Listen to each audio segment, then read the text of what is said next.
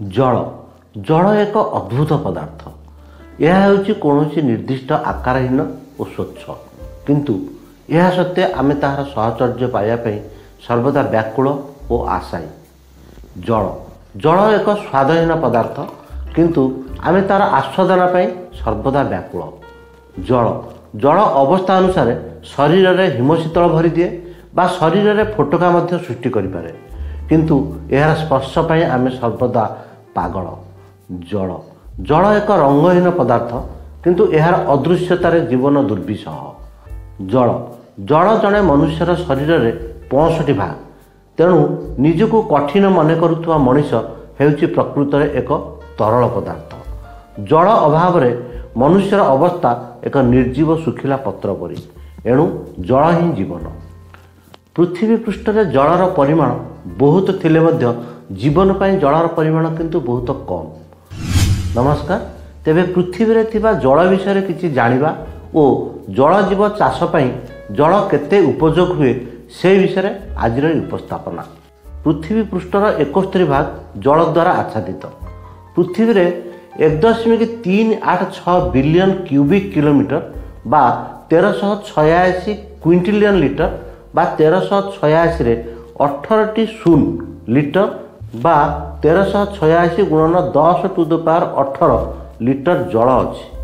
किंतु आश्चर्यर कथा, पृथ्वी पृष्ठ थिबा समस्त जलर परिमाणर 97.5 भाग लुणी जल, जहाँ महासागर समुद्र इत्यादि अच्छी। अवशिष्ट 2.5 भाग हेउची मधुर जल, जार परिमाण 35 मिलियन क्यूबिक किलोमीटर।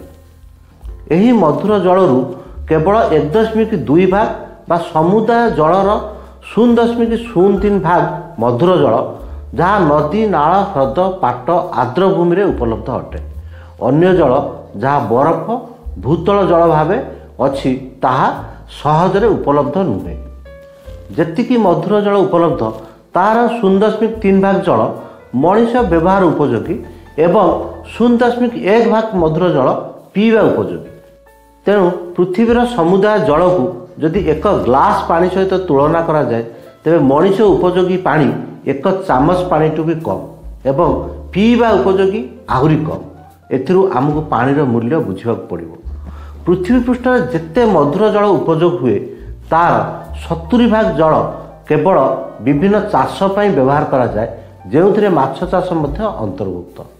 मनीष उपयोगी मधुर जलरू प्राय 10 रु 20 भाग जल अंतर्देशीय जलजीव चाष बा इनलैंड फिशरीज व्यवहार करा जाए। सेहीपरि समुद्ररू जेते जल सामुद्रिक क्षेत्र में व्यवहार करा जाए, तार 0.5 रु 1 भाग जल सामुद्रिक जलजीव चाष उपयोग करा जाए।